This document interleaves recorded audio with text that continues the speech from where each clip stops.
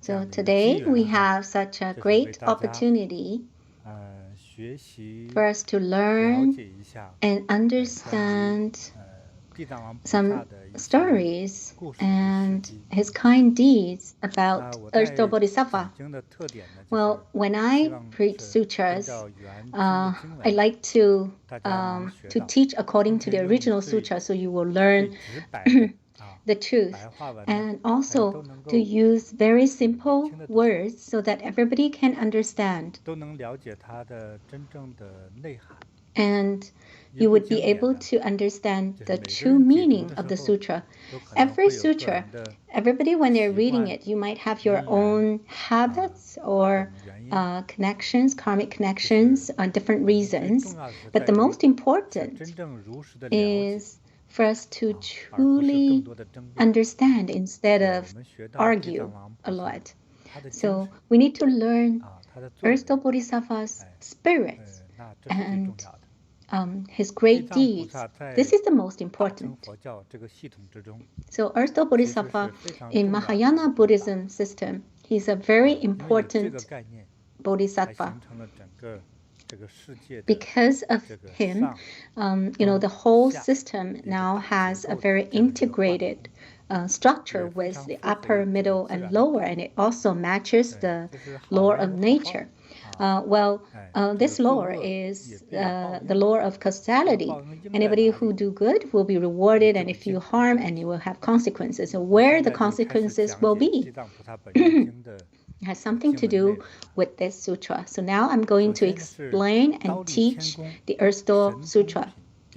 So the first chapter is supernatural, supernormal power in the Trayastrimsa Heaven.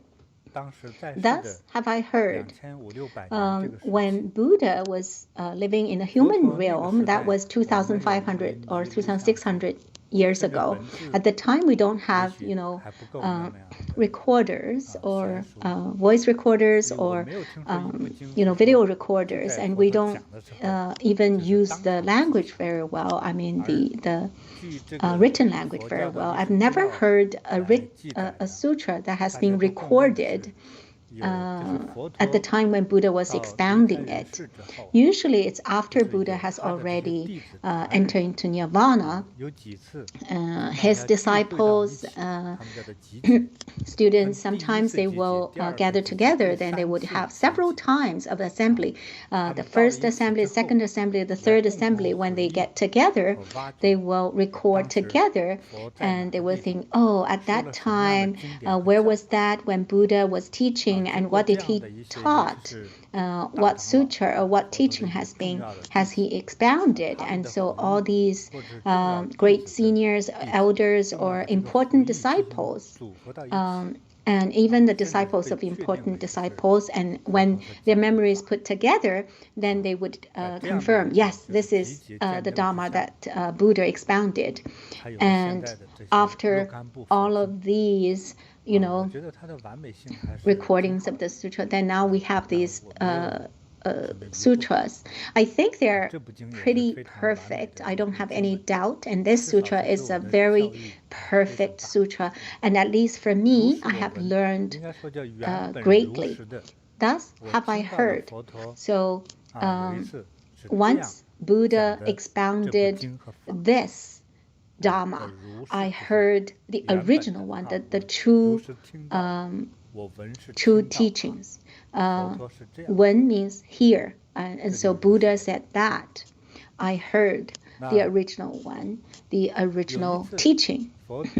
So once Buddha was expounding Dharma in Trayastrimsa Heaven for his mother. So Trayastrimsa Heaven in the ancient Sanskrit is actually the 33rd heaven. There's a coincidence with the Chinese tradition, the very classical one, their understanding of nature, the heaven and earth. In my impression, in the Chinese folklore, they say the highest heaven is the 33rd heaven. That's a coincidence. And so the translation of Trayastrimsa, if you translate it, it's actually the 33rd heaven. That's the second level of the desire realm. It's not the highest. So in heaven, there's the desire realm. So they have desires. And also, there's the form realm. So these are like the big sections. And the third one is the formless realm. Okay, so for desire realm, usually their level is not the highest. The first level of the desire realm is called the Four Heavenly King heaven. The second one is called Trayastrimsa heaven. The third level is called the Suyama heaven. The fourth level is called the Tusita heaven. The fifth level is called the heaven of delight in transformation. The sixth level is the heaven of mastery over others' transformation. So these 6 levels of heaven belongs to the desire realm. So they still have desires. So allow me to describe the state over there. So people beings in Trayastrimsa heaven, their height, body height is 1 yojana. So yojana is a unit used in ancient India to describe distance or length. So 1 yojana is about 17.5 kilometers. Pretty high, right?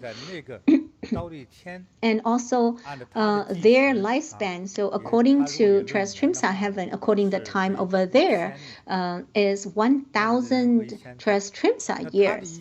And so 1,000 Trayastrimsa year equals to human years, 36 million years. So according to the earth, this is very, very long. Very long life. But in that heaven, this is not long enough. So in every heaven, their lifespan is different. They have desires and they will eat, and they also have genders. And so as long as you have a little understanding of it, that's good. So let's come back to the sutra. So thus have I heard. Once Buddha was in Trayastrimsa heaven and expound Dharma for his mother. At this time, from countless worlds of the 10 directions, or inexpressible great bodhisattvas, mahasattvas. So this means inexpressible means the number is very, very big, and countless Buddhas, countless bodhisattvas, they all came to Trayastrimsa heaven. They're very happy to hear Shakyamuni Buddha's teaching. Shakyamuni Buddha is going to expound Dharma for his mother, and everybody will also take the opportunity to hear. So they all receive this opportunity. And so countless Buddhas, bodhisattvas, and everybody is very joyful and praised. And at this time, Shakyamuni Buddha was smiling and emitted all kinds of countless clouds. And so let's put why aside. Let's don't talk about why. So all kinds of clouds, the clouds of great illumination, the clouds of great compassion, of great prajna paramita, of great auspiciousness, of great merits and virtues. And so all these beautiful clouds, countless of them, all appeared. I think it means auspiciousness. There are so many Buddhas, Bodhisattvas arrived and assembled here. And so this cloud is like a very auspicious energy. You see, all assembled here because, in the world, when I talk about the world, including the whole universe, all the beautiful beings appear here. So this environment in this universe, the energy that will follow the beautiful beings and praise them, this energy will also appear. So that's how the cloud appears. The cloud comes from the praise of the heaven. So that's why we have these inconceivable, beautiful clouds. And after that, in Trayastrimsa Heaven, there are also all beautiful, sublime sound. The sounds of perfection, of giving, of samadhi, of prajnaparamita, of joy, of liberation, of wisdom, of auspiciousness, of lion's roar. So all the beautiful sound that has ever been described in the Buddhist Sutra, they all appeared here. And then after that, all kinds of deities and heavenly deities, heavenly beings, dragon-like beings, ghosts and deities, they all assembled in the Trayastrimsa Heaven. And also they come from different heavens. We already mentioned that there are 3 realms in the heaven. There's the desire realm, the 4th realm, the formless realm.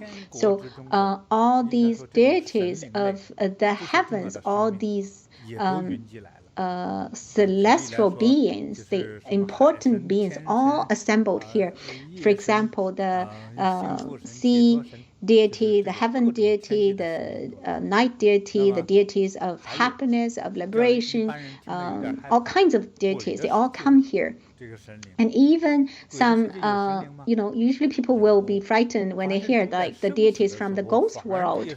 Well, actually, are there deities in the ghost world? Yes, actually, these deities who governs life and death, they are very important. When we think about death, most people would be frightened and they think of like, oh, this is cessation, and they think the ghost, they would have a horrifying face. Actually, it's not. They're just governing death, and they can also govern your rebirth. So they are not actually that terrifying.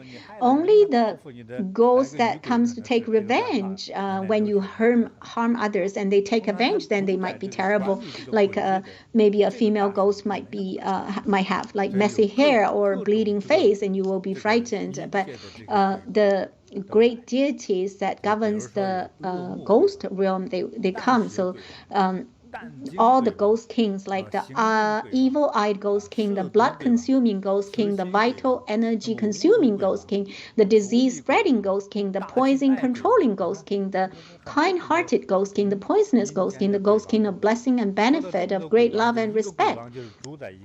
Many, many ghost kings arrive. So all these ghost kings, one ghost king will be governing one hell. And how many hells?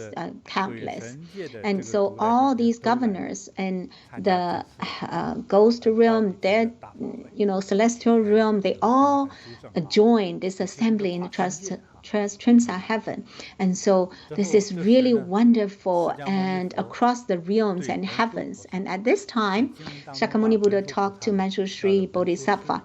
In the sutra, the Bodhisattva of wisdom is called Manjushri Bodhisattva. And so Buddha talked to Manjushri Bodhisattva and said, you see, all Buddhas, Bodhisattva, heavenly beings, dragon-like beings, ghosts, and deities, and also, all the deities from different levels and realms and worlds, they all came. Do you know how many? Because Manjushri Bodhisattva is the wisest, right? But Manjushri Bodhisattva said, how can I count? You allowed me to be almost the wisest, but but even with my wisdom, I cannot count all of them. And Buddha said, you cannot count, I cannot either. Why? Because all these deities and gods, all of them, they're all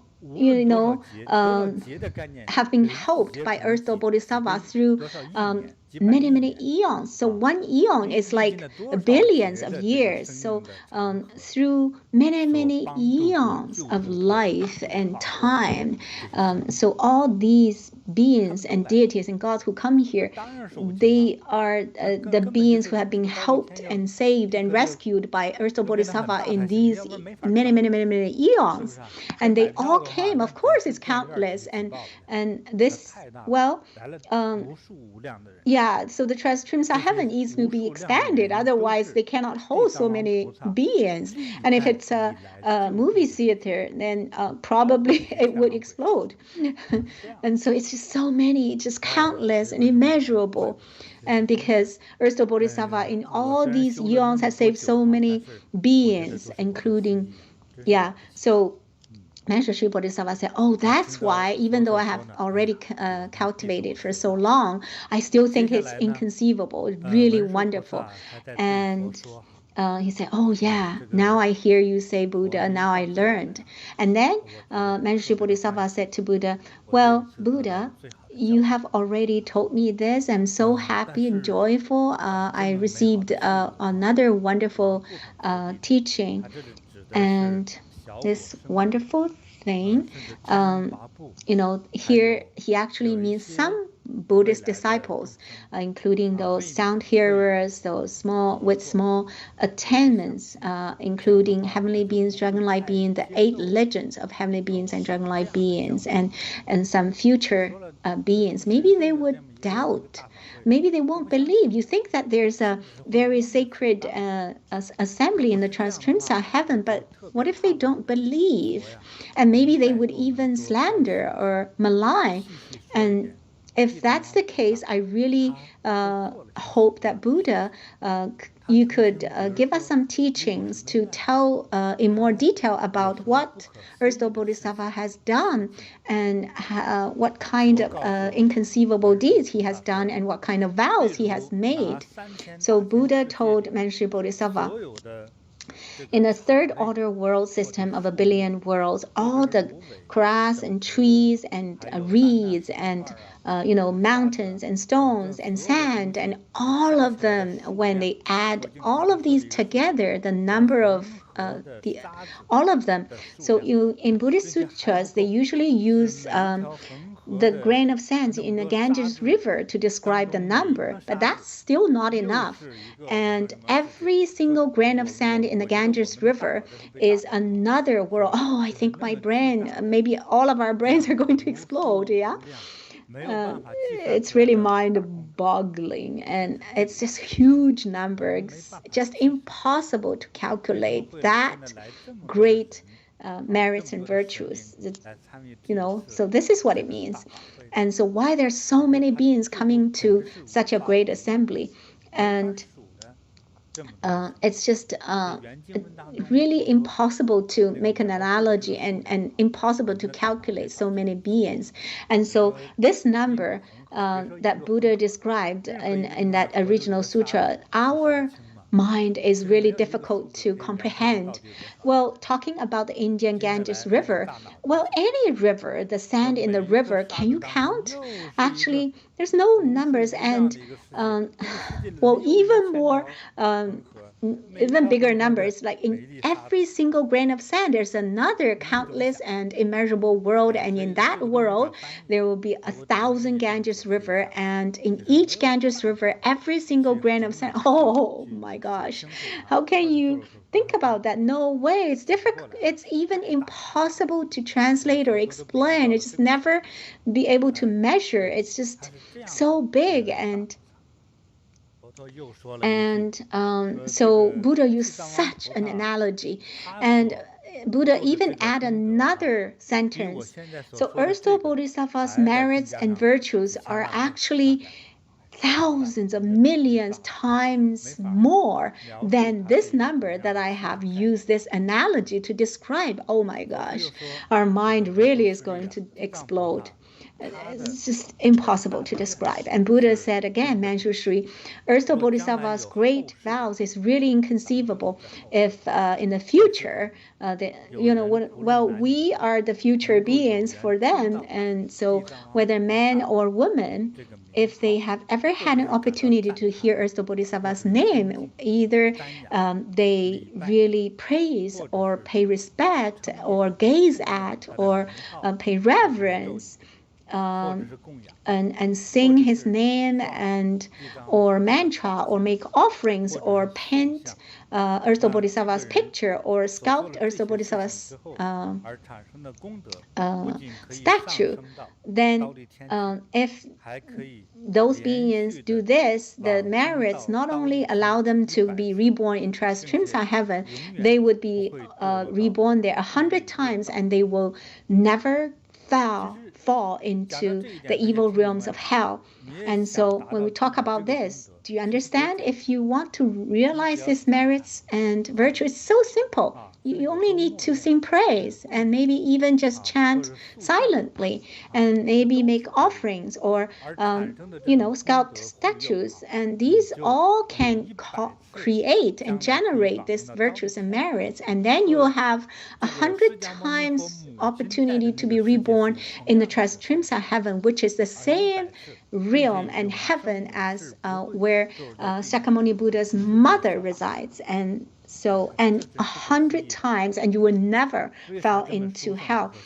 And you really have already eliminated great karma. This is inconceivable, right? Why is that? Because Earth Store Bodhisattva is truly compassionate. He has rescued countless people, countless sentient beings, and therefore his merits are countless and immeasurable. If you make offerings to them and sing praise for him, then you will receive his blessings. And Buddha also told Manjushri Bodhisattva, he said, Earth Store Bodhisattva in many, many long eons past, it's impossible to count, and maybe thousands of millions of years ago. And at that time, in Buddhism, they believe in reincarnations. And maybe in your last life, you're a horse, you were a horse, and this time you are a human being. And last life, you were a woman, and this life, you are a man. And these are all possible.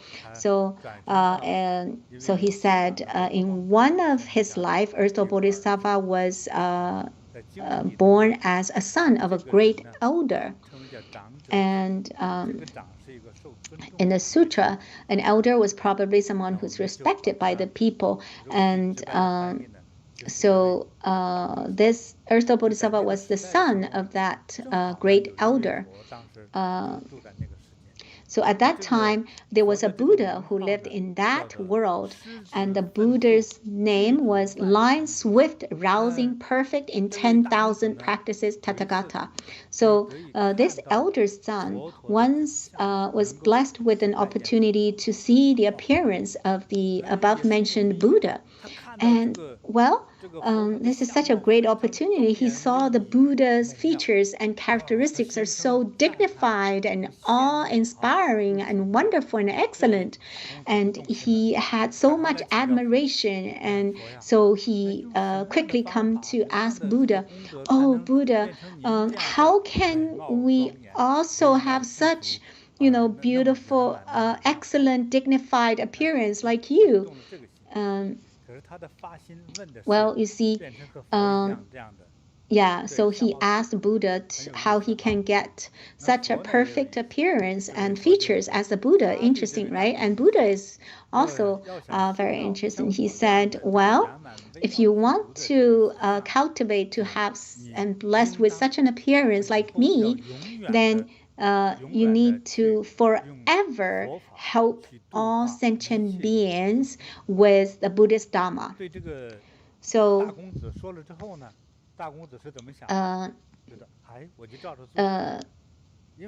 he and he said, okay. So the son of the great elder said, okay, so I'll just follow what you said. A lot of people, you see, they will say, no way, you're a swindler, and they will not believe. But, Earth Store Bodhisattva in that life, Buddha told him, and he believed. And so when we're listening to this sutra, there's a very interesting description. Shakyamuni Buddha, Shakyamuni Buddha, let's come back to the Trayastrimsa Heaven. Shakyamuni Buddha was expounding Dharma to his mother and all these beings. And also Buddha was talking to Manjushri Bodhisattva. And so this is like different time and space, okay? And then Buddha told the Manjushri Bodhisattva, he said, when the son of the great elder heard what that Buddha said, and so he knelt down in front of Buddha and made a great vow. He said, from now on until forever, forever, forever, that's countless forever, I will help all suffering beings with Buddha's wisdom, with all skillful means to help them to help them across to liberation. And then after that, I will become a Buddha like you, to have such perfect wisdom and perfection and wisdom and achieve my Buddhahood. So he made such a vow. Is it strange? And you think it's a coincidence? No, it's not a coincidence.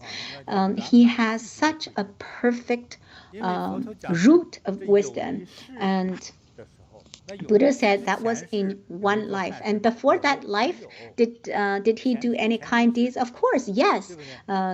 Previous life or previous life, past lives. Otherwise, he won't be able to have blessed with the opportunity to see Buddha, and he won't have such joy and admiration towards Buddha, right? And yeah, so he has already made a lot of merits and virtues so that he has such a root of wisdom, so that he has such a thought and made such a great vow, even greater than the sky.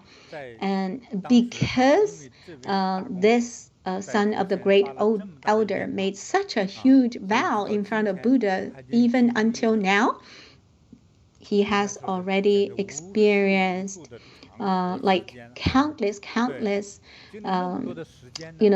years and time, and long time. He has already suffered a lot, but most importantly, he helped a lot of beings.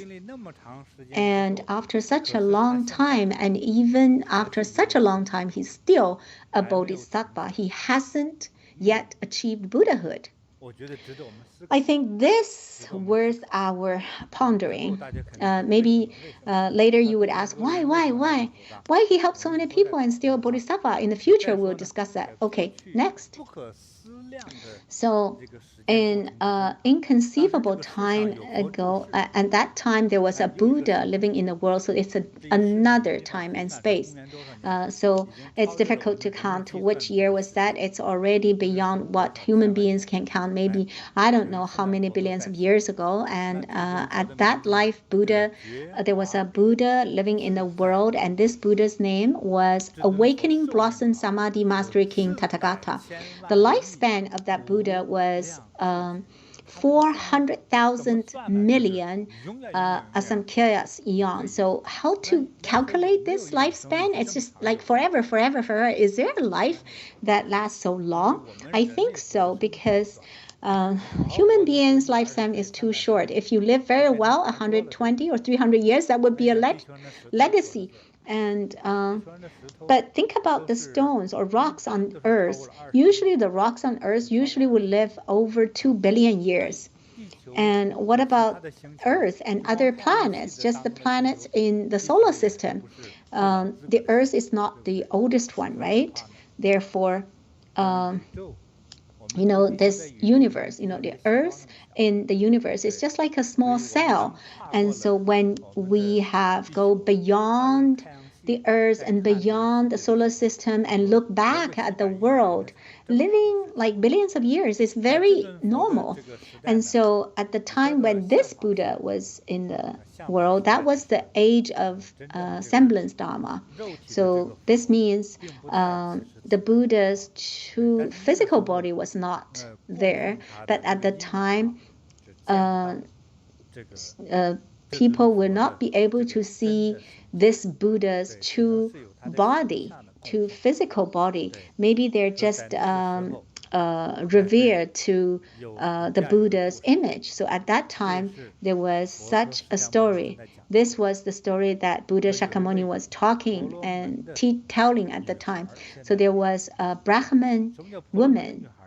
What does Brahman woman mean? In ancient India, they have different castes. So this family, say for example, they belong to Brahman. And so what is Brahman? They are actually priests oldest priests, so they're seniors. Maybe they cultivate, and Brahman is the earliest, the descendants of these psychic families. Yeah, such kind of mediums and families. And they're very respected by other people and a noble family. And so at that time, he was a girl, a Brahman woman. And she has done a lot of good deeds and a lot of virtuous things. And so this woman is very kind, very gentle. And however, a lot of things are not what human beings can imagine, not like in the fairy tales. It's such a good Brahmin family. They're very noble and very wealthy, right? They have servants to look after them, and then they have farmers to work in their farms. And this woman is so kind and nice and very filial and respectful to her parents, but she has a very not so nice mother, or even a little bit evil mother, because she believes in some evil doctrines, and she doesn't believe in Buddha. And you talk about compassion, and she doesn't believe in it, and she would even discriminate or slander the Buddhist three treasures. Buddhist three treasures are Buddha, Dharma, Sangha. Actually, in today's world, the religions, they have different views. This we can understand, but this mother was not very nice, not very kind, always slander, Buddhas, Bodhisattvas, and malign them. And she would have harsh words towards the self-cultivators. The daughter, of course, wants to stop her and correct her, but no use. She doesn't listen. And until the mom has already passed away, but this filial daughter, because she knows that the mother will not be able to go to a good place, in order for her mother's soul to be liberated so that she will not suffer in hell. And so this Brahman woman did something that is inconceivable, unbelievable by modern people. She sold her assets and used all the money that from selling the house and other assets to buy, incense and flowers, and so those good, worthy things to be offered to Buddha. And she offered the said items to Awakening Blossom Samadhi Master King Tathagata. And in his stupas and monasteries. And after the offering, when he saw Buddha's features and image, he had such reverence and respect. And after that, she closed her eyes, put her palms together, and was feeling. And she saw, oh, this Buddha should have great wisdom and enlightenment, right? Then he definitely knows where my mother has been. And so she knelt down in front of the Buddha and was chanting the Buddha's name, and at the same time she was crying and praying. She was a very filial daughter, even though the mother didn't do too many good things, but she still is respectful for her mother and crying and chant Buddha's name. And then she heard a voice in the sky talking to her and said, "Oh, crying girl, don't be too sad. I'll tell you where your mom has been to." And this Brahman woman, upon hearing the sound, was very, very excited, and immediately she joined her palms together and prostrated to the sky, said, "Oh, my Buddha," she said, "thank you for comforting me. Ever since I lost my mother, I've been missing her day and night. I love her so much. Only when I lose her, I feel she's so precious. Even though she hasn't been doing all good things, but she was my mom. And so where has she been? Please tell me." And so the voice in the sky appeared again. "I am the Buddha that you are paying reverence to." So that's the Buddha's true body. I am Awakening Blossom Samadhi Master King Tathagata. I saw that you miss your mother so much, and this is beyond and any other people love towards their mothers. And so I'll tell you. And after the Brahman woman heard it, she was so touched. And well, when I say touch, it's still not the best description. So she has such love towards her mother. Immediately, she threw her whole body on the ground. According to the ancient Indian etiquette, some human beings and some animals, when they want to show their extreme respect, they will put their whole body on the ground. It's a full prostration. And so she just jumped up and threw herself on the ground. And because she was so excited, she even ended up injured herself. And she got fainted. This is not joking. She got fainted because she came from a wealthy family. So her servants helped her, and finally she woke up. After she woke up, she talked to the sky and said, "Buddha, Buddha, please, compassionate Buddha, have pity on me. Please tell me where my mother is. My heart is too painful when I miss my mother." And at this time, Awakening Blossom Samadhi Master King Tathagata told this Brahman woman and said, after this offering ceremony, you should go home right away and then find a clean and pure place, sit upright without any fractured thoughts, and just focusing on thinking about my name. And just chant my name.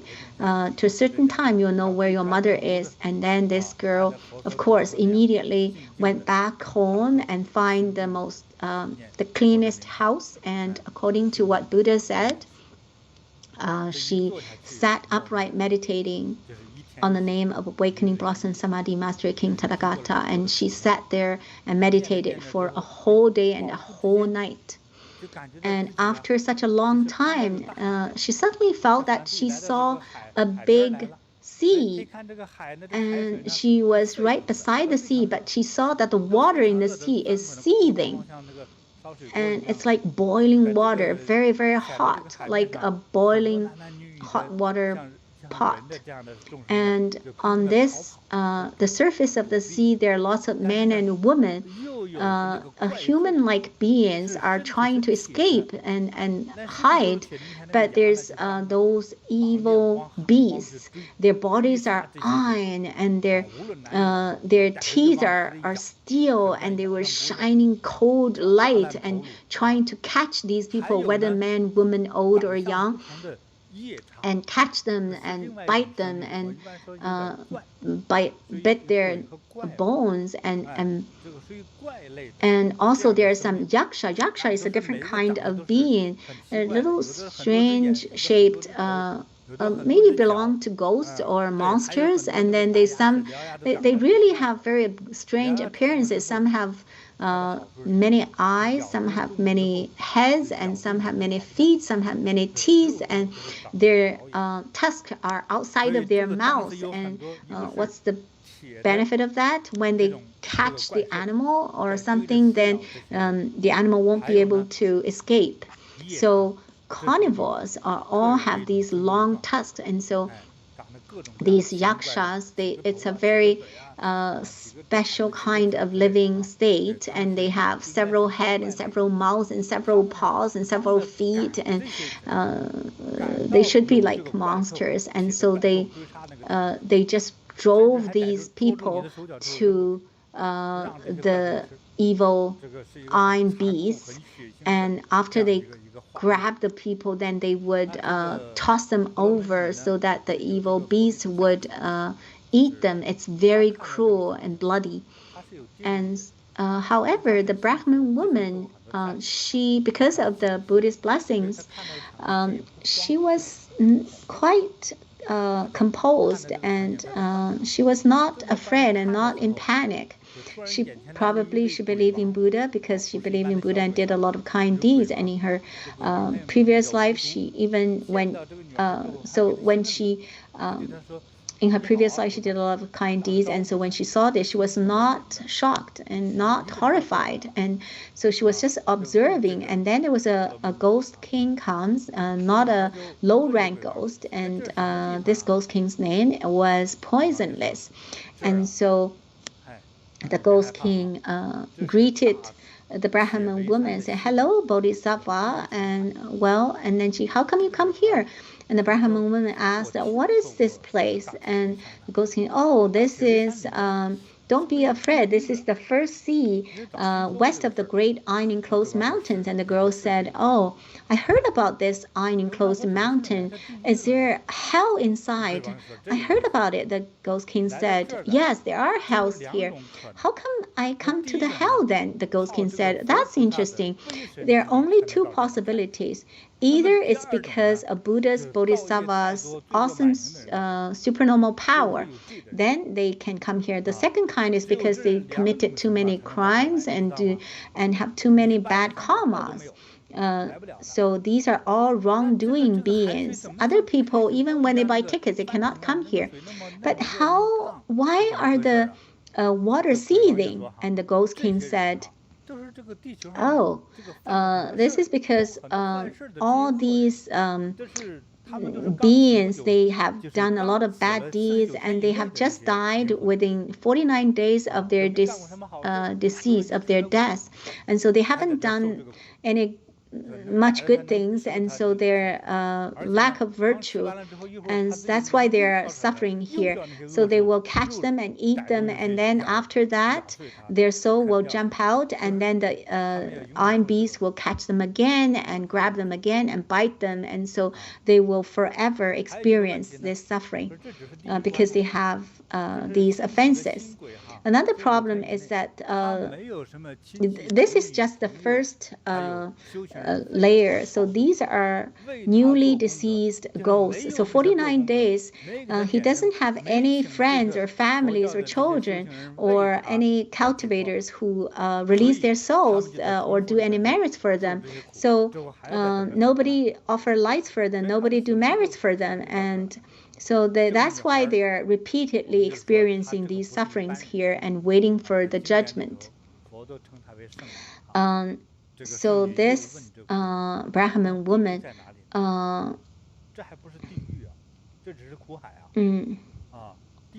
she's not an ordinary girl. In the sutra, Buddha called her holy woman, and this holy woman asked the ghost king, where are the hells? This is not hell yet. This is just a suffering sea. Where are the hells then? The ghost king said, "Oh, there are 3 seas. And after 3 seas, it's the great hells. So there are over 100 hells. And also, so there are 18 levels. We call 18 layers of hell. So the second kind, there are 500 of them. They are medium size, and there are also smaller hells. There will be thousands of them. Isn't it very terrible, right? So in each hell, there will be different tortures."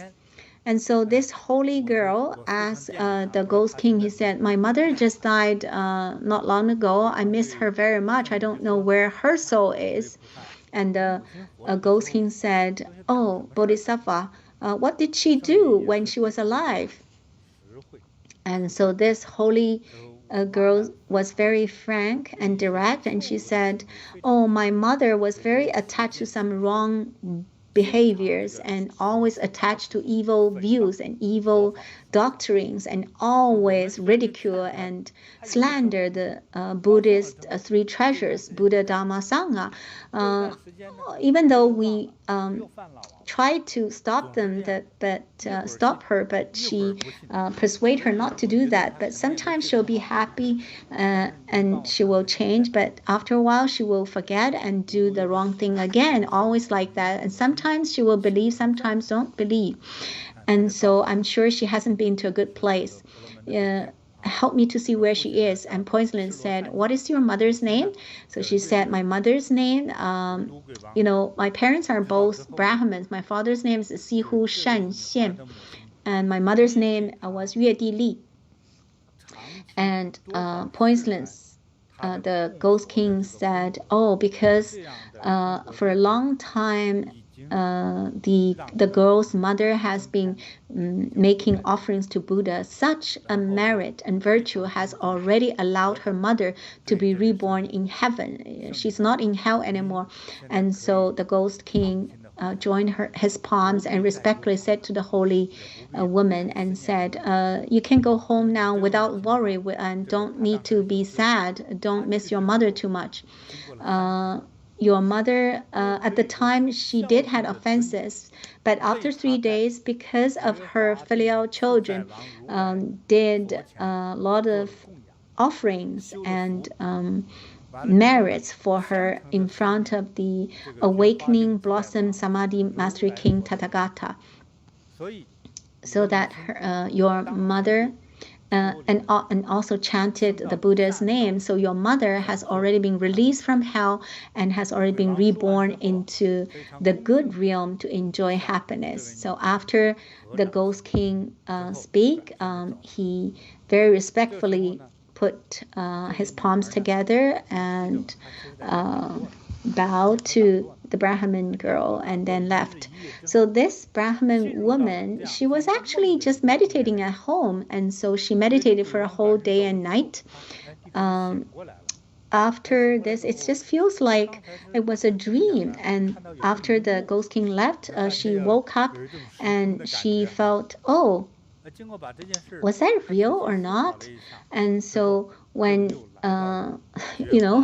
so think about this time and space. So she thought about it, and then she came back to the Awakening Blossom Samadhi Master King Tathagata and kneeled down in front of the statue and made a great vow. I vow that from today on until many, like forever in the future, I will definitely use all kinds of skillful means and all kinds of wisdom to allow all wrongdoing, suffering beings to be liberated and to be released from hell. She made such a great vow. You see, she has such virtues. Most people, a lot of people would say, "Oh, my mom has already been released," right? So only on maybe holidays or festivals, I'll just go to the temple and maybe offer some incense. No, she didn't do that. She went back to the temple in front of Buddha. She made a huge vow. Yeah, so touching.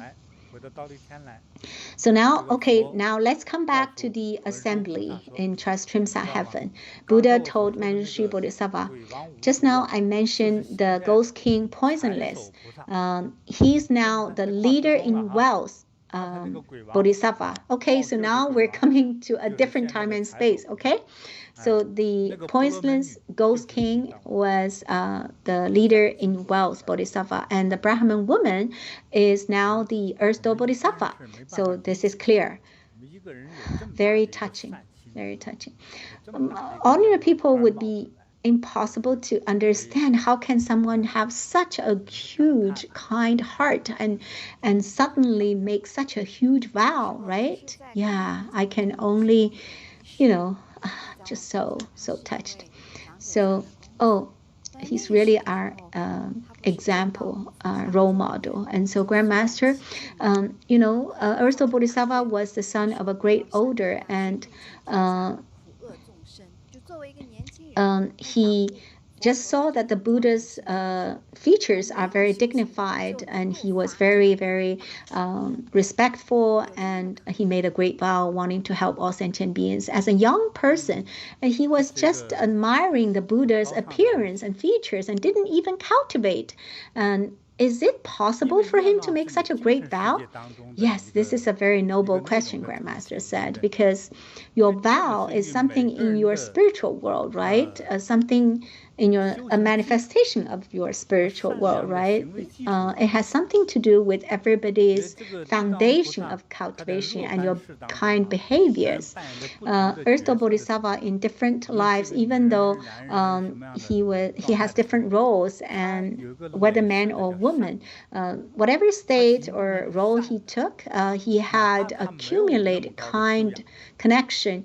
All his intention was kind, even though even he doesn't have the high cultivation. At that time when he was touched by the Buddha, just like people in this world, it's like, oh, if you help me one, I'll give you 10 times more. If you give me $1, I give you $100. If you help me to move my home, I'll help you to build a house, right? So I will give you back in many times more. So these people are like very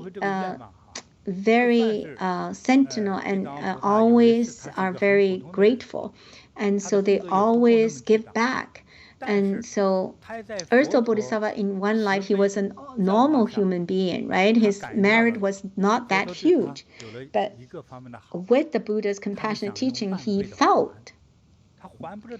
And there was one good thing that Buddha gave him, so he wanted to pay back with 10,000 times, and he didn't know how. So he made this vow extremely big. And so he said, I will help all sentient beings in the hell. Most people would say, oh, they have brothers, sisters, siblings, have good friends. And they would say, you made too big a vow. Do you have that wisdom? Do you have that Dharma power? Do you have that much merits and virtues? Do you have that ability? Do you have that bearing capacity? Aren't you boasting? Normal people would say that, right? People who would say that usually would be your good friend, right? It's very realistic. If you don't have that ability, don't say such big words. But in Buddhism, a lot of the rules are supernormal. A lot of times it's not 1 + 1 = 2.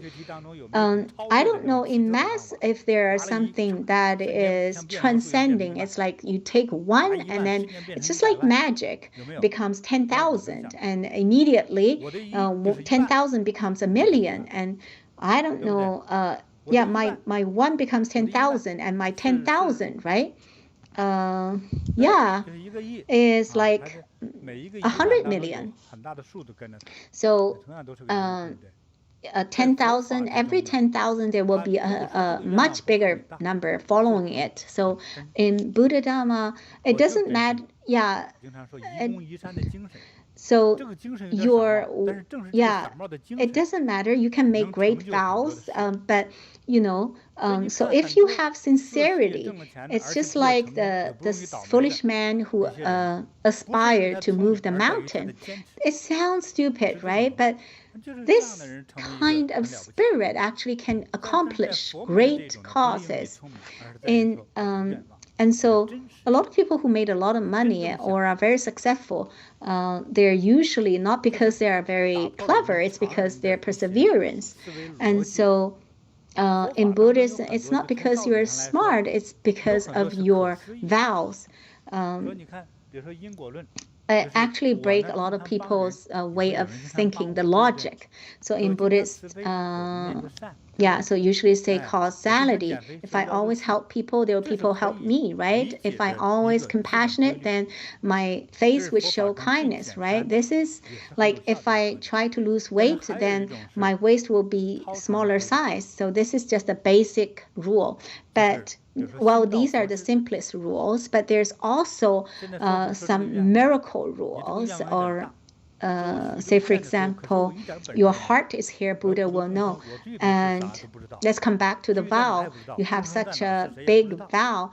Well, when I make the vow, I'm actually it's almost like I didn't thought about it. I don't have the ability to do it. I want to help all sentient beings. And who I am, I don't even know. Where's hell? I don't know. And I just made the vow, as if I just made a random vow, and it could be like, but would it make sense? Would it still be effective? And yes, in Buddhism, if you make that big vow, then you will have that much wisdom and power.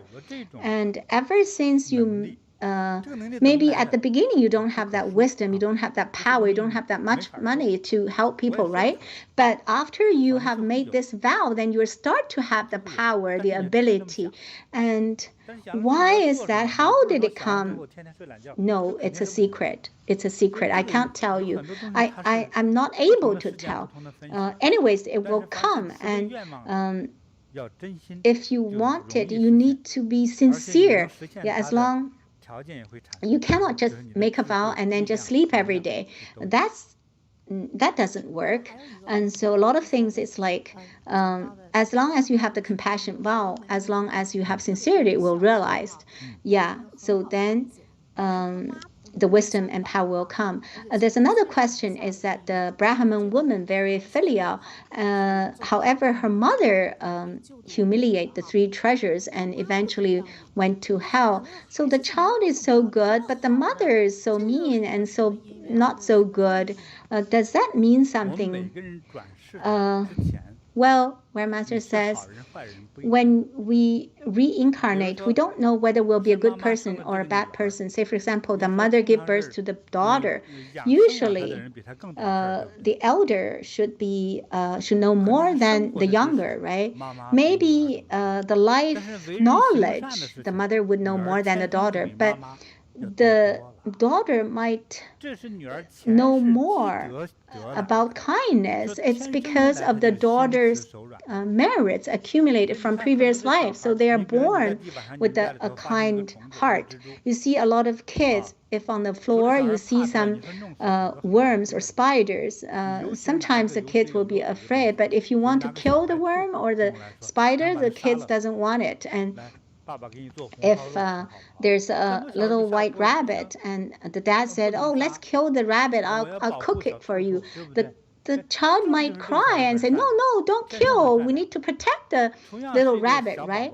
The same child, another child might say, oh, okay, kill this rabbit and let's make maybe braised meat. And so they and the child may even bring the knife and kill, so he might have more bad karma. So everybody has different roots. And so a lot of child, maybe at 3 years old, he went to steal pencils or rubbers, and so he might have that talent in his previous life. So what kind of talent? Stealing, right? So the previous karma was brought to this life. So what is waiting for him? Definitely punishment. So in our previous life, we have different karmas, different merits and virtues. And so it doesn't mean that today, that's my parents, and parents will definitely have more merits. Not necessarily. So the merits has something to do with what you have done in your past. It's just like your savings in the bank. Yeah, maybe you just come to this place, nobody knows that you have money, but actually you open the bag and it's all gold. And the same idea, you brought a whole pocket of money here. So the mother's merits are not as good as the daughter. This is very normal. So yeah. Oh, I also understand that if the child wants to filial, you cannot just be blindly obedient. Just listen to the mom or dad. You should have your right view, and maybe even to correct the parents' evil view, to bring even them to the right path. And this is something that we need to learn. And also the filial piety needs to last.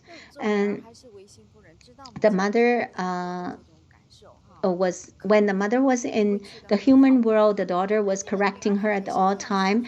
And after the mother died, the daughter still want to help the mother. Yeah, so Grandmaster said this daughter's kindness and compassion is really very touching. It's great filial piety. Yeah, that's Earth Store Bodhisattva's previous life. Very touching. So from then until now, she has already gone through many lives, maybe thousands of millions of lives to cultivate until now to have this great compassion and have so many manifestations and endlessly help sentient beings in the hell. Really, really wonderful. So great Buddha taught us earnestly and said, the great compassionate Earth Store Bodhisattva was not afraid of any obstacles and saved us from all kinds of hells in order for us not to suffer now and in the future. It's for this, all for your benefit. In countless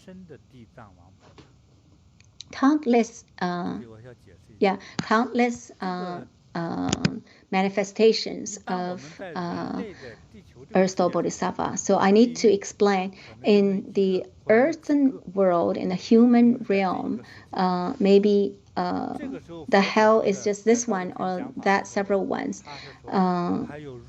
Actually, when Buddha was expounding Dharma in Trayastrimsa Heaven, he said there are actually several different kind of, similar to the human realm, those heavenly realms and other realms, including the desire realms and different worlds. They all have hells. So Earth Store Bodhisattva reach to the state after many cultivations that he can have manifestations. So his manifestations will go to the hells in different worlds to save the sentient beings in those hells. So in all of those realms and worlds, and they all have hells, and Earth Store Bodhisattva's manifestation will go to all of those hells to save all sentient beings. And Buddha said at this time, all of the Earth Store Bodhisattva's manifestations from all of the hells in many different worlds came to this assembly at the Trayastrimsa Heaven. How many? It's countless. And because of the Buddha's blessings, Earth Store Bodhisattva, the sentient beings that Earth Store Bodhisattva has rescued, they also came to the assembly, and they were holding all kinds of beautiful things that's worthy of offering, like incense and flowers and other presents, and to make offerings to Buddha, because these are all from Buddha's teachings and transformation. This is the fundamental thing. And they all came here to make offerings. And Buddha said these sentient beings are from countless eons ago. It's just countless numbers of eons ago. And the beings are suffering in these 6 realms of samsara. And they all have been rescued and taught and transformed by Earth Store Bodhisattva, and these beings has already reached a certain fruition. In Buddhist cultivation, we have a term called fruit or fruition, and so it's just like which grade in a school, and so they've already got that fruition. They will never regress. And Earth Store Bodhisattva spent that much time to save them, rescue them, and teach them. So now these beings who are now making offerings to Buddha, they have already reached the fruition of never regress. So all kinds of levels of fruition, including bodhisattvas, arhats, never regress, because they have already undergone a long time of teaching and transformation.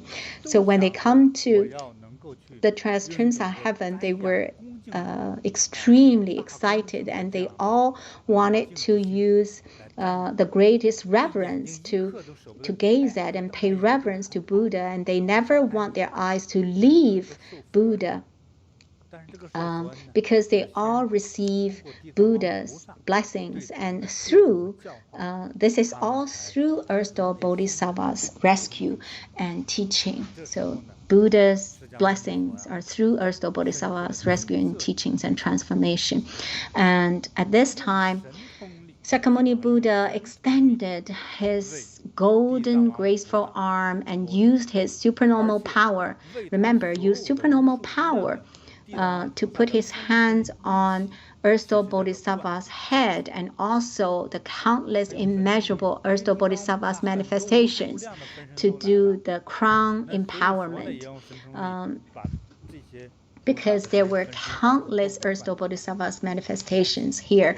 And so Buddha need to use supernormal power to give them the empowerment for all these manifestations, to bless them and to empower them. It's like a movie, right? And at the same time, Buddha said to them, in this evil world of 5 turbidities, I try to teach and transform these stubborn and obstinate sentient beings. If they can be tamed and regulated and transformed, their hearts will be gentle and they will stop the wrong and doing right things. That would be wonderful. I hope that they can come to the right path, the compassion path of Buddha Dharma. Most of the sentient beings, through my countless times of teaching and transformation, they have already improved a lot. Actually, helping people is not very easy. And Buddha actually has the same kind of size, and some people will not believe you, will not care about you, and will not give up their evil things, and very difficult to help. And so Buddha was telling these feelings to Earth Store Bodhisattva, and so they need to use skillful means to help them. Buddha also talked about in one life, maybe he would manifest into a man, and maybe you like a professor, so okay, nobody else I will believe, I only believe professor's words, and then Buddha will manifest into a professor. And maybe somebody said, oh, Einstein is a true scientist, I believe him, and so Buddha will manifest into Einstein and to teach you through scientist ways. And maybe you don't like female professors. I only believe in female professors, and then Buddha will manifest into female professors. And so whatever kind that you like, if you like noble lady, then he will manifest into a noble lady. If you like young girls, he would manifest into young girls. So Buddha said, I will manifest into different titles, different forms, just so you can be educated, you can understand. And if you like kings, as high as, kings or high ministers, wealthy people, or if you have a monk or maybe a nun, or if you want, oh, I don't like monk, I like nuns, okay, so I'll become a bhikkhuni, or somebody like from officials to a self-cultivator or to scholars, and all kinds of ways and titles and positions to help them. So for such long time, from long time ago, from ancient times, Buddha has been very diligently and arduously teach and help these very stubborn, obstinate sentient beings. Still, there are still many cannot be taught, and a lot of them still don't listen. And even though, because of their karma, and still they would fall into the evil realms even after I try to teach them. And the evil realms usually is a hell, and those suffering beings, after they suffer into the evil realms. So this is what the Buddha said to the Earth Store Bodhisattva, because Earth Store Bodhisattva knows that as all sentient beings, a lot of sentient beings are suffering in hell. So Buddha said to Earth Store Bodhisattva, you must think that you must remember what I tell you today. Your hard work and dedication to save and teach these sentient beings, you need to persevere. You should always patiently use all kinds of skillful means, and use your tolerance and your patience and absolute compassion to help and teach them and rescue them, to persevere until what time? Until the future Buddha Maitreya arrives, and then your job is done. So at this time, all the Earth Store Bodhisattva's manifestations. Yeah, so there are lots of manifestations of Earth Store Bodhisattva. Instantly, they joined in one with the true body of Earth Store Bodhisattva. And Earth Store Bodhisattva was full of tears and deeply grateful for Shakyamuni Buddha for his entrust and teaching, and expressed his gratitude and said to Buddha, from countless eons ago, with Buddha, your guidance and your teaching, I have received this inconceivable Dharma power, and I have this perfect wisdom. All my manifestations is in trillions of worlds, like the sands in the Ganges River. It's countless. In every world, there are hundreds of thousands of millions of manifestations, and every manifestation will help hundreds of thousands of millions of sentient beings, and let them take refuge in the Buddhist three treasures, so that they can leave the they will leave the six realms of samsara and reincarnation, and forever leave that. And this is what Earth Store Bodhisattva expressed to Buddha. This is very so touching. Among these beings, these people, even they just did a little bit of kind deeds, even just a tiny bit of them, even just as small as a strand of hair or a grain of sand, just a tiny bit of kind deeds, the merits from them, I will use all skillful means to prevent them from falling into hell, so that they can be eliminated of their past karma, and they will be able to escape from liberate them from the sixth realm. So don't worry, Buddha. Never worry about it, please. All the future wrongdoing beings, I will help them. I will do all I can to help them. And so he said that 3 times to reassure Buddha. Wow, such an ambassador of Buddha, so touching. At this time, Buddha heard Earth Store Bodhisattva said that and praised Earth Store Bodhisattva. Wow, what a great, you said so well, and I help you to realize your beautiful wishes from long time ago, that time and space, and all these sentient beings that you have helped and rescued. You made such a great vow. As long as you help all of them, then you'll be able to achieve Buddhahood. So this is what Buddha promised Earth Store Bodhisattva. When I talk here, I'm very touched. So you think that Earth Store Bodhisattva saved so many beings and hasn't achieved Buddhahood? Actually, he achieved Buddhahood a long time ago. But why does he not use the Buddha's name? I'll leave this for you to ponder. So when the sutra is recording as this, actually it's also telling everybody sentient beings are very hard to regulate and tame, very hard to rescue and teach. Actually, a lot of evil things are very seducing. Evil things are tempting, but good things are not that attractive. And say, for example, drink a lot of alcohol, then you'll be like mad, right? Or silly. And after drinking 3 years of alcohol, it would be difficult to stop drinking, abusing alcohol. On the cigarette box, it says smoking is harmful to health and it can cause all kinds of disease, right? You see that, but you will still smoke and you don't feel anything, right? So gambling and drugs and all kinds of bad diseases are like monsters. They're very, very seducing. But good things are not as attractive.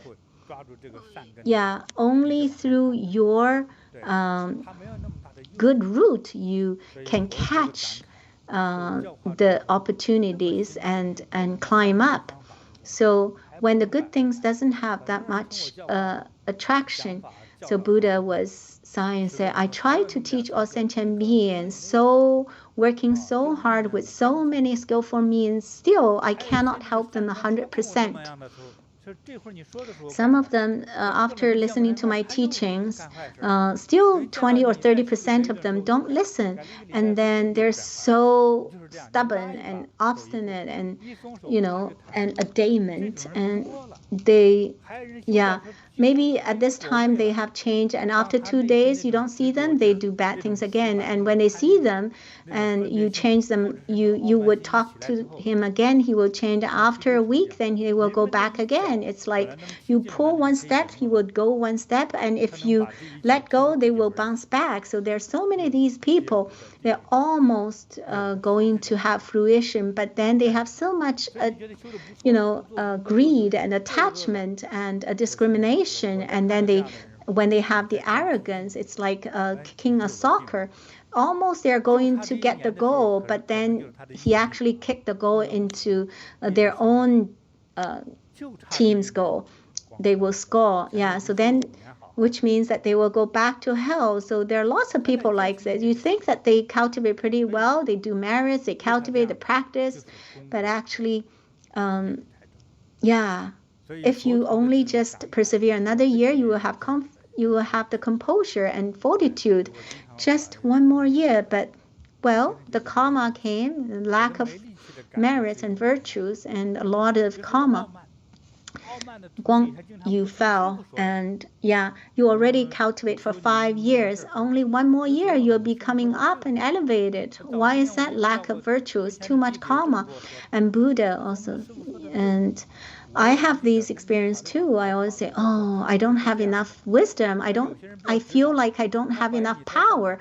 This is like, I feel so weak. And say, for example, arrogant disciple don't listen to the master. I ask him to do something and he would think, I need to find out whether the master is right. And I say, you just do it, right? Okay, you think about whether it's right or wrong, and if you think it's right, then you do it, right? And some people would be and some would be very direct, and I say, okay, print it, and they say, okay, and then you just do it, right? Why do you ask so many right or wrong? And so sometimes they're always doubt about it. They are suspicious of anything, everything. They're just born like that. Very difficult to teach. And so there was a young man who wanted to learn from me, and he said, I like you from the first sight I see you. I want to learn from you. I said, why do you want to learn from me? He said, I want to learn martial arts because I just showed some martial arts to him, and actually what I want to teach him is compassion and meditation, cultivation. But he didn't know. His father is an adult and always say, does your master has work? Does he has income? Does he has money? Don't be cheated by him. Well, the child couldn't say anything. So the father come to say, do you have income? And I said, has your son give me money? He said, no. So what can I cheat him for? And so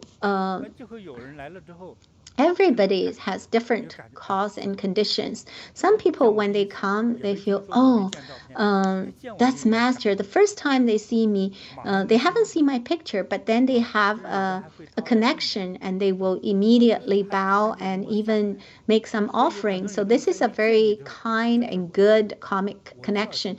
Some people, they see me and say, oh, this is my Master. I'll definitely worship him and make offerings to him. There are people like that. Every day I meet all kinds of people. There are different, all kinds of reactions. Some are very sincere. Some, for a period of time, they are very sincere. And then after their illness is resolved or problem resolved, then they're like, don't know you. And so they're like typhoon and changing all the time. For this period of time, the energy is very strong and he will always come to you and beg you for something very sincere. After a week, after typhoon is gone, he seems like he didn't know you. And so all kinds of people, all kinds of connections. Buddha is also saying, yeah, all sentient beings are hard to tame, hard to regulate or teach. And that's why Buddha told Earth Store Bodhisattva, you need to persist and continue to do the things that are hard to do and to tolerate things that are very difficult to tolerate. Chapter 3. Observing the karmic conditions of sentient beings. At that time, the Buddha's mother, Queen Maya, who was also present in the assembly, respectfully joined her palms and asked Earth Store Bodhisattva, Holy One, sentient beings of earth generate various karma. Their karma is different. Thus, they experience different karmic effects as well. Can you briefly speak about their karmic effects? Earth Store Bodhisattva then replied, there are thousands of millions of worlds and lands. Some have hell, others do not have hell. Some have women, others do not have women. Some have Buddha Dharma, others do not. Some beings cannot understand teachings. There are also the case for sound hearers, solitary Buddhas, and so forth. Some experience the karmic effects of sufferings and punishments. Karmic effects of wrongdoings occur not only in hells. It's like when you curse at someone, but you also get slapped.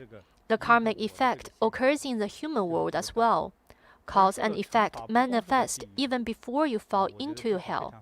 That's why karmic effect of wrongdoing occur not only in hell. Karmic retributions happen everywhere. Queen Maya then asked further, I wish to hear about the evil realms that the sentient beings of earth will be reborn into due to the karmic effects of their wrongdoings. Also, what are their punishments? Certainly, Earth Store Bodhisattva replied, Holy Mother, this part is quite broad, so I can't list everything. I'll just go through them briefly. Queen Maya said, Thank you. I'd like to know more. Then Earth Store Bodhisattva started to describe. The offenses made on earth and their karmic effects are like these. If there are sentient beings who are not filial toward their parents, who even kill them, they will fall into the hell of incessant suffering. And for thousands of millions of aeons, be without a time of release despite their wishes.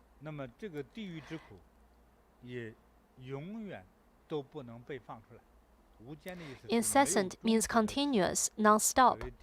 It's like the Chinese movie Internal Affairs, There's No Way Out.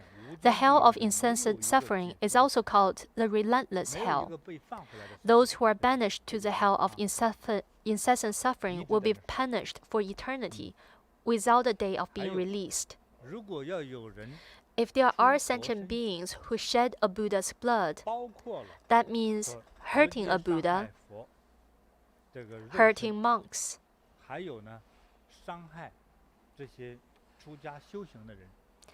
and also hurting self-cultivators, or stealing their properties, All these I mentioned are considered shedding a Buddha's blood, as well as stealing from a Sangha. Scolding, slandering, and framing are considered bad-mouthing the three jewels, and that's a Buddha, Dharma, and Sangha, or disrespecting Buddha's scriptures. People who do these will fall into the hell of incessant suffering, and they will not be released even after thousands of millions of aeons. If there are sentient beings who illegally take or damage the property of the Sangha, that refers to practitioners who also handle the daily operations of a monastery.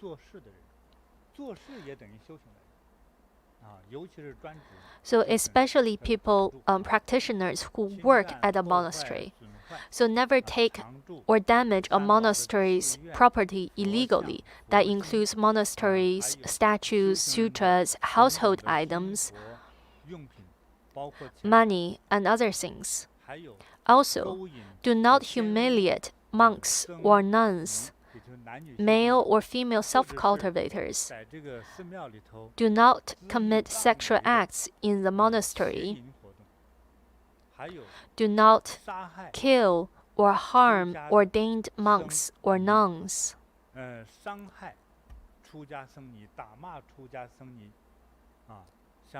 Sentient beings who commit these crimes will fall into the hell of incessant suffering. Their punishment are similar and they will not be released.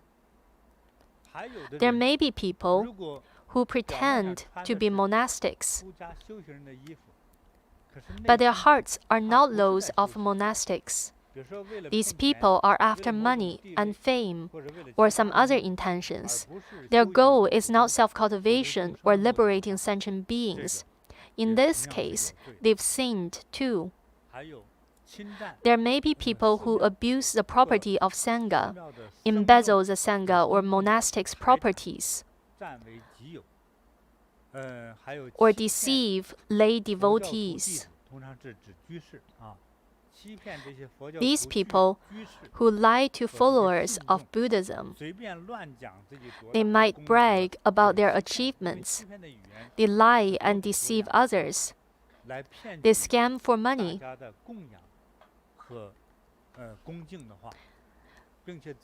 These people break the precepts and do not follow the Buddha's teachings.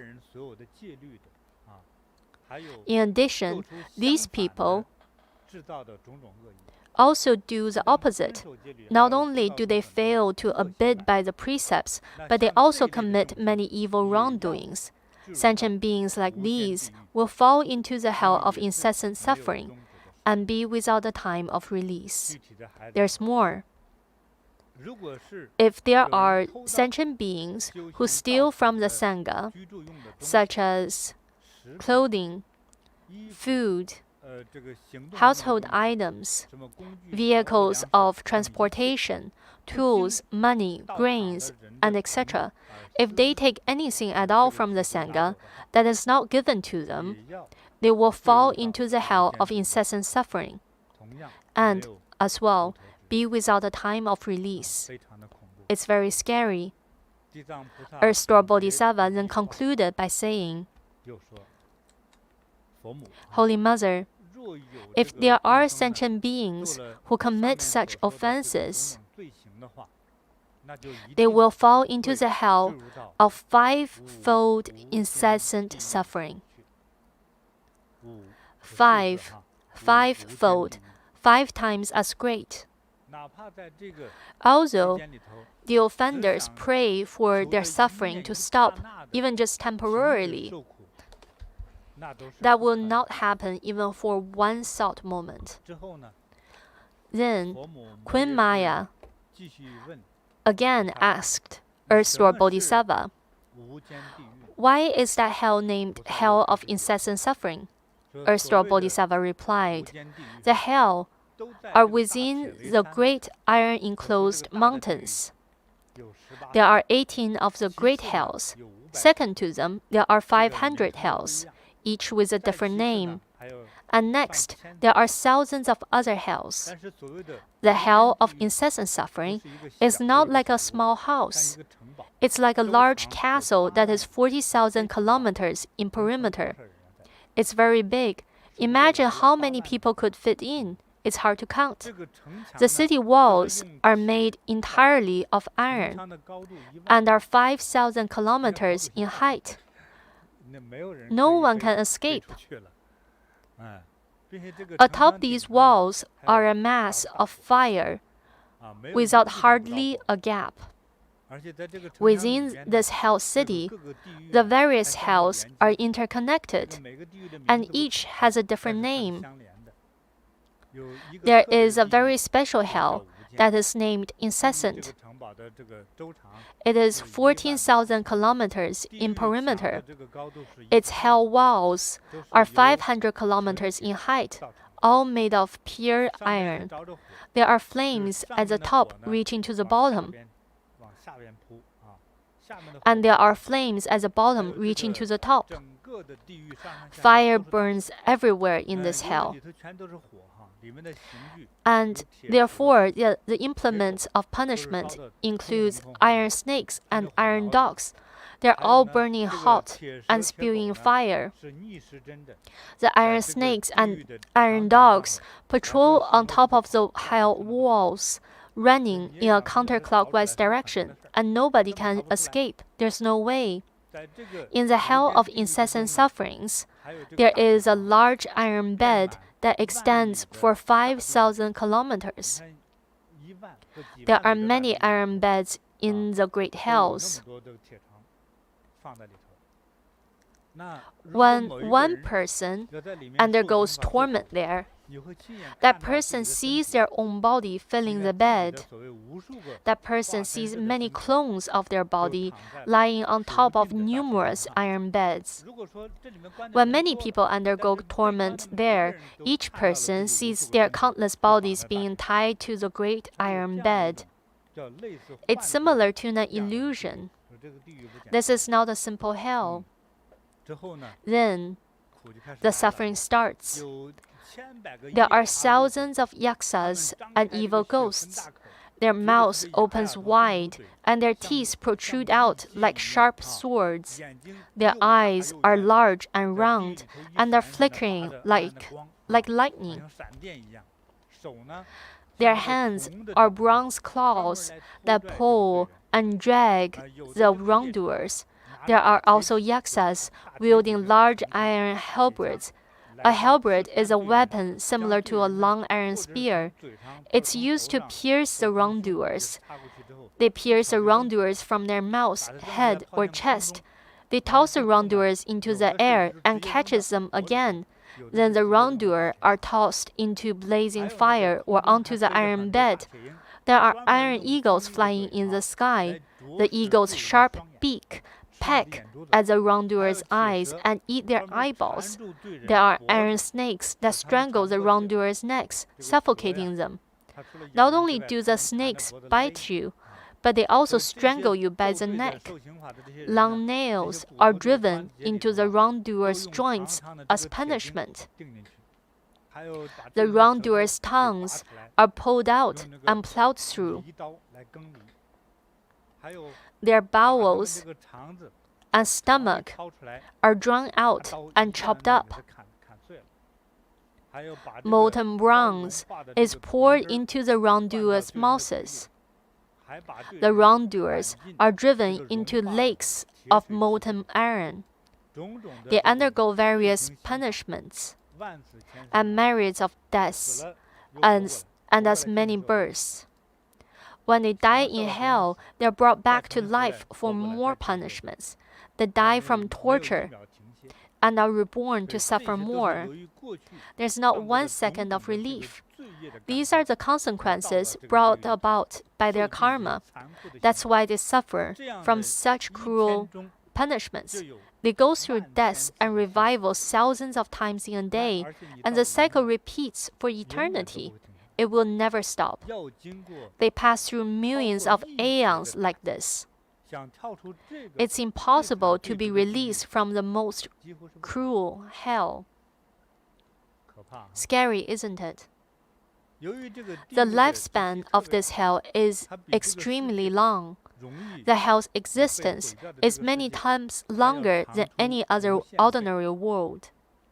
For example, planet Earth will last 1 billion years. Pollution, global warming, waste products, or being hit by an asteroid could bring Earth to destruction. That means the destruction of all lives on Earth, right? It's a matter of time. But hell is indestructible. Hell will last longer than Earth. No matter how many times we've been reincarnated, hell will still be around. It's indestructible. This is not a characteristic of hell. Although it's full of suffering, it will last an extremely long time. When the hell has reached its time of destruction, the wrongdoers will be automatically transferred to the next hell and undergo the same sufferings. You will never escape. If you are not in this hell, you'll be in another hell. The hells are connected. When this hell destroys, suffering continues in another hell. This hell is called incessant because of 5 aspects. First, torment is undergone day and night. There is no time of completion. Because it doesn't stop, it is called incessant. Incessant means without an end. Second, even one person can fill this hell. Many clones of the wrongdoer are created, and these clones fill the hell, in addition to all the wrongdoers who are already in hell. So the hell is full. Because there's no empty space in hell, it's called incessant.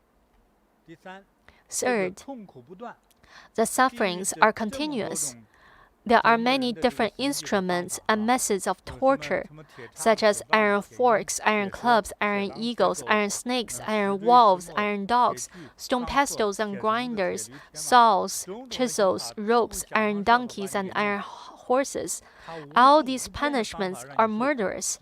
There are countless ways to make the wrongdoer suffer. Therefore, it's called incessant. The fourth aspect of incessant is that it doesn't matter who you are, whether you are man or woman of any race, whether you are Chinese or not, whether you are a royal or not, whether you are a deity, a dragon-like being, a heavenly being, a ghost. No matter who you are, you will come here for your crime. Anyone who has committed wrongdoings will go into hell. There's no special treatment. This is the fourth aspect of incessant. Seems fair to me. The fifth aspect of incessant is that there's not even a thought moment of rest. If beings fall into this hell, they will undergo punishments for eternity. It continues every day and every night without a second of pause. Thus, it is called incessant. It's non-stop. You're suffering continuously. Before a moment of pain subsides, the next moment of pain kicks in. Every torment you go through makes you think it's better to be dead than alive. This is the suffering of punishments. It's not simply the frustration of life or the ups and downs of life. Your body is tortured there. Earth Store Bodhisattva said to the Holy Mother, "This is a brief description of the hell of incessant suffering. If I were to speak in details, I could not finish in millions of years. There are numerous instruments of torment. Anyone will suffer there. This is just a general description." After hearing Earth Store Bodhisattva's description, Queen Maya, the Holy Mother, was sad for the suffering sentient beings in hell. She joined her palms in respect, prostrated to Earth Store Bodhisattva, and went back to her seat. I'm lost for words to describe my feelings after reading this.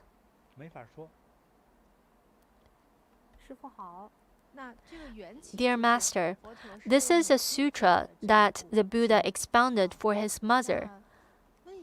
Why did Buddha choose to expound this sutra in the Trayastrimsa Heaven to his mother?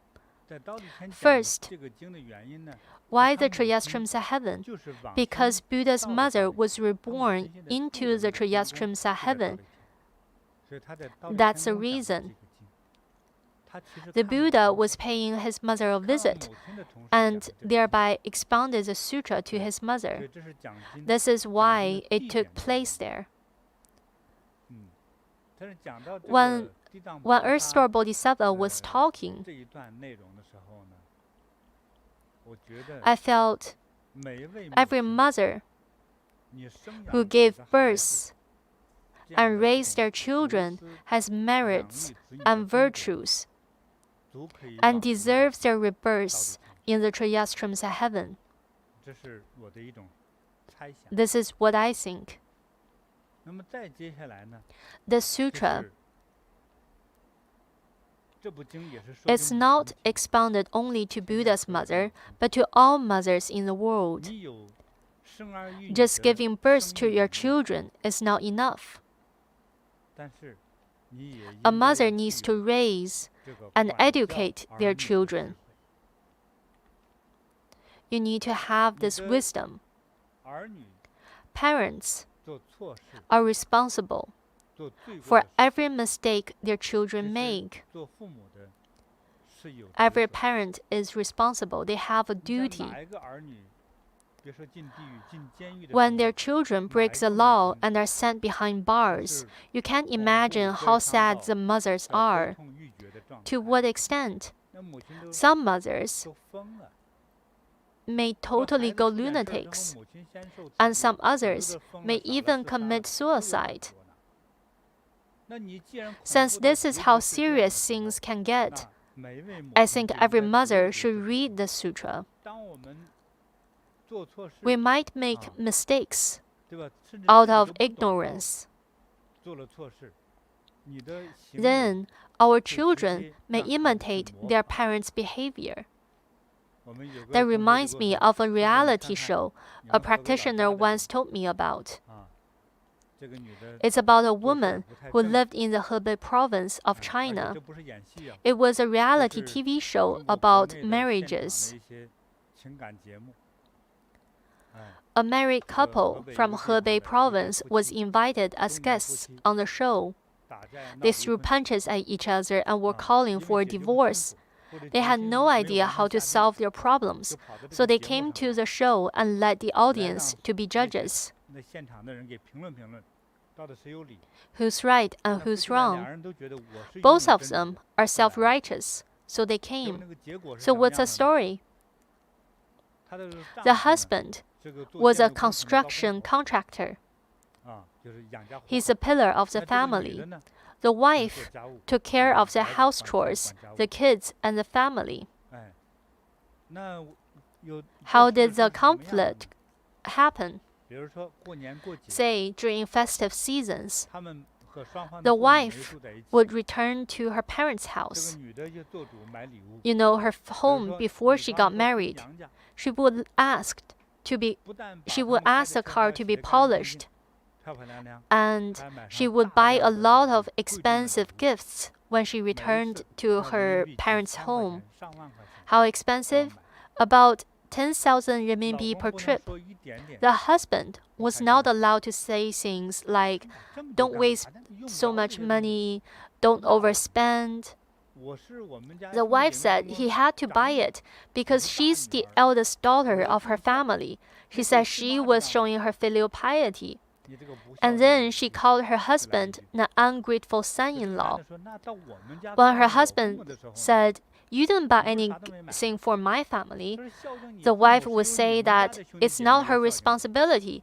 It's a responsibility of her husband and his siblings. She's just a daughter-in-law. She did buy some vegetables for her husband's family. It cost like $20 renminbi. And how much did she spend on the gifts for her family? 10,000 renminbi. And she liked to show off her domination over her husband. When she went out partying with her friends, she only allocated 5 minutes for her husband to arrive and pick her up. So her husband would wait in the car park for as long as 4 hours. And she bragged to her friends. She said that her husband would not have the gut to defy her. He would not dare to leave even after waiting for 4 hours in the car park. Whenever they had a conflict, she would pack up. She would pack up the family's bank book and the property ownership certificates and went back to her parents' home. The audience asked her to get a proper divorce. She would pocket 50% of her husband's fortune. The audience said what she did was considered as stealing, but she believes the family's money was rightfully hers and hers only. If he were not obedient, she would take all the money. Everybody said she was breaking the law, but she said that it's her family and she's the law. Is her husband really scared of the children? No. He just wanted his kids to have a place called home. And maybe he didn't want to worry his parents, so he swallowed everything. It's tragic to have a partner like his wife. But he chose to man up and swallow everything. Now back to the wife. As a mother, she's going to have her own daughter-in-law someday. How would her daughter-in-law treat her? Maybe confiscate all her savings, hit her, or kick her out of the house. Then she can't complain. Many uncultured parents cause their own sufferings. How your behavior caused it. Your children learns from your bad behavior. In the future, you might be punished the same way by what your children have learned from you. In some families with 3 generations, the seniors are often neglected. They're considered lucky if their grandchildren cared about them. If not, they would have to starve because they are not given food.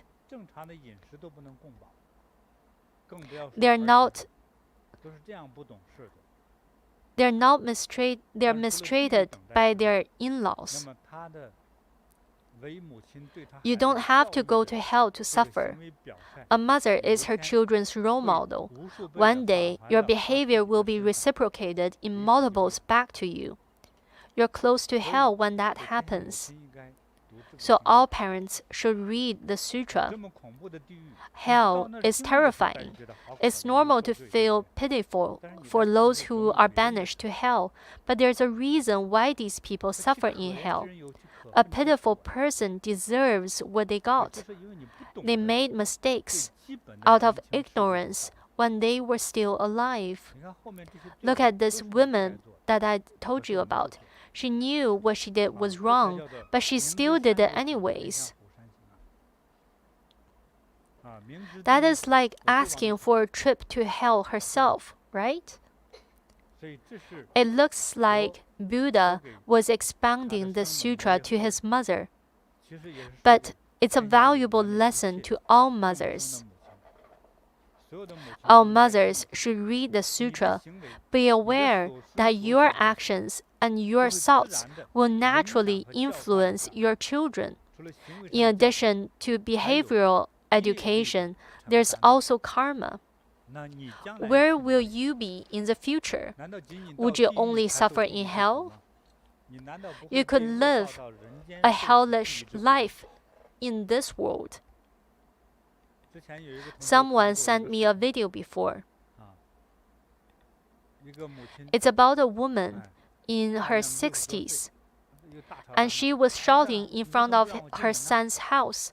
Apparently, her son would not let her in. She was shouting to get the neighbor's attention and embarrass her son.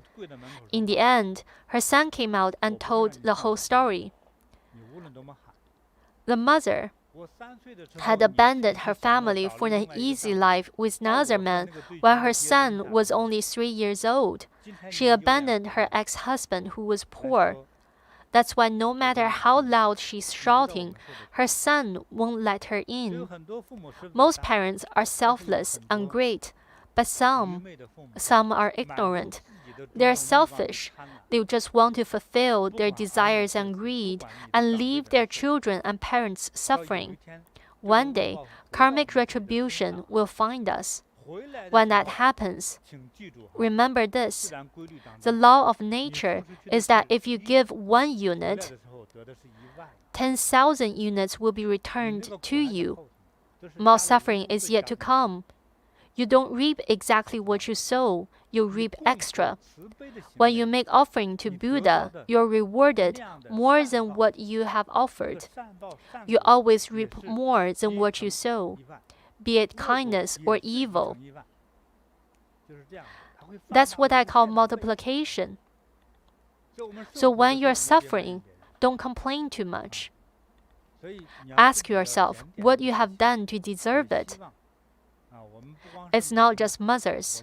Everyone has to reflect their behavior. How should we conduct ourselves? In the sutra, the first offense that leads to the hell of incessant suffering is about filial piety. People who are not filial toward their parents and those who kill or harm their parents will definitely fall into the hell of incessant suffering. The same goes for those who harm the Buddha, Dharma, and Sangha, or those who infringe a self-cultivator in any way, be it their asset, body, or honor. This is a most severe crime. Master, can we offer light to liberate our relatives who are in the hell of incessant suffering? Light offering alone will not help. It takes a powerful force to save a soul from hell and liberate it to paradise. Even if the gate of hell are open, you might not have a chance to be released. Look at the height of the walls in hell. Can you escape? Who has the power to liberate souls in hell? Buddha and Earth Store Bodhisattva. Understand? The flames of hell will be put out at the presence of Buddha. The Buddha can liberate anyone from hell. What can we do? We don't have Buddha's Dharma powers, but we can make offerings to Buddha. We offer lights to liberate our ancestors, deceased relatives, and unborn children. Also, we can offer light to unfortunate people and our relatives who are still alive. We can ask the Buddha to take care of them. For example, if your child doesn't listen or cannot concentrate in their study, you make a light offering and wish for wisdom for your child. If your child's career looks bleak, offer light to Buddha and pray for Buddha's help. This is what we can do. We mortals are too weak to change things. Thus, we need Buddha's power to change the bad karmic consequences. So we need to borrow Buddha's power. Also, we can improve our loved ones' situation. It's more important to change ourselves. Our mind needs to be transformed. Most people become stingy because they're selfish. Selfish people always want people around them to behave the way they want. For example, they force you to dress or style your hair the way they like it. And how do they sugarcoat it? It's for your own good. It's selfishness when people attempt to control you or force you to appear the way that pleases them. When people tell you to stop doing what you like, it's a way to show their domination over you. What about military training? People argue that soldiers have to obey orders. Are they victims of their superior's selfishness? Soldiers are trained to be disciplined. Their job requires them to obey legal orders. But people around you are not your soldiers. You have no right to order them around to make yourself happy. Don't build your happiness by giving orders to other people. You might not even realize that it's wrong. Such people might start by being stingy here and there. Eventually, they'll become extremely stingy. It might end up in disasters because they're stingy, sarcastic, and mean, and because they force others with their own abdominal request. Act and speak with kindness. Kindness and compassion are keys to self-liberation. To become a kind person, first, start by making offerings and donations. Everyone should read the sutra. The gruesome description of hell might scare you a little bit, but it will make you think twice. When we're scared, we will be more humble. Since we have understood the danger, we should become better people. This sutra is a guidance to liberation. I hope you will become a kind and wise person with gentle behavior. Be compassionate, regardless of whom or what you come across, whether it's your family, strangers, plants, or other beings in this world. A kind heart with compassion and gratitude will always lead to happy endings. Show some respect and filial piety to your elders. This is important. Do it now, because it will be too late when karma strikes.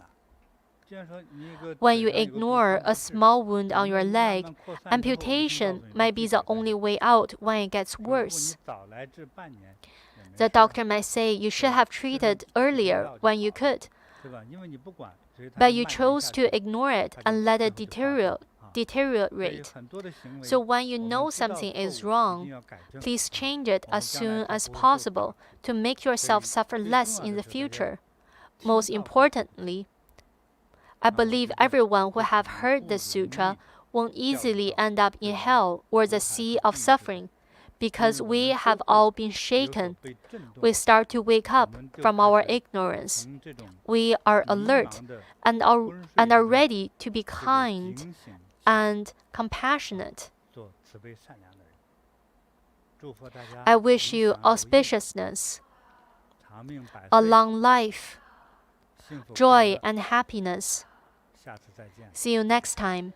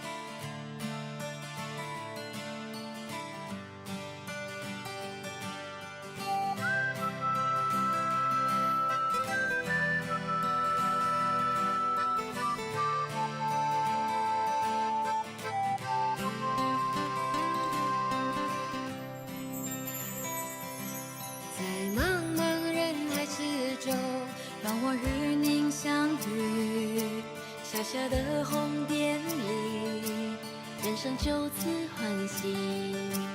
我快乐了，我健康了，我幸福了，我美丽了。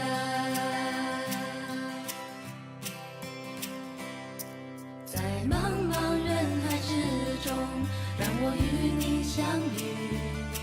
小小的红点里，人生变得神奇。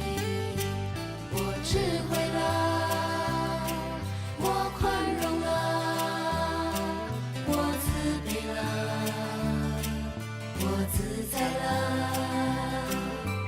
因为有了你，生命变得更坚定，不忧忧无虑。因为有了你，日子不再有哭泣，不再有恐惧。我快乐了，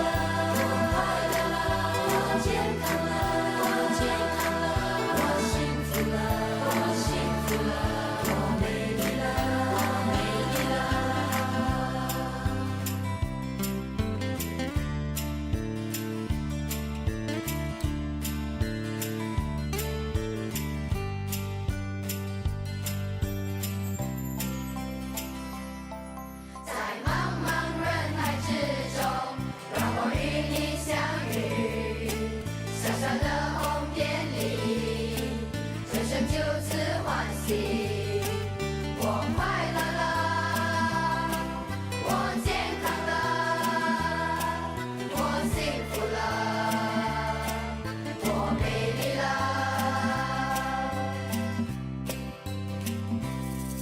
在茫茫人海之中，让我与您相遇。小小的红点里，人生变得神奇。我智慧了，我宽容了，我慈悲了，我自在了，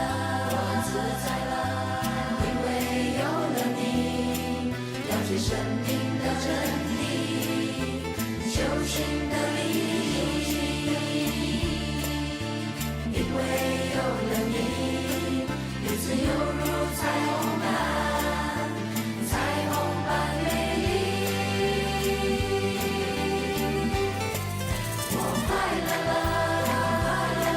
我健康了，我幸福了，我美丽了，我快乐了，我美丽了，我幸福了，我美丽了。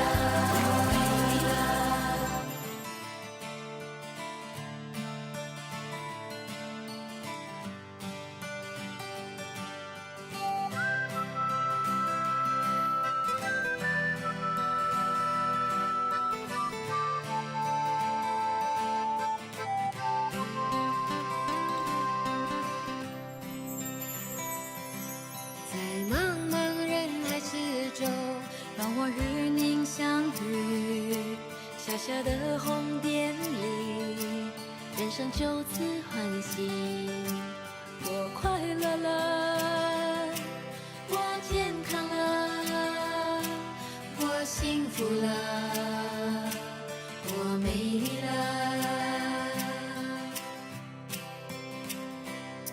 在茫茫人海之中，让我与你相遇。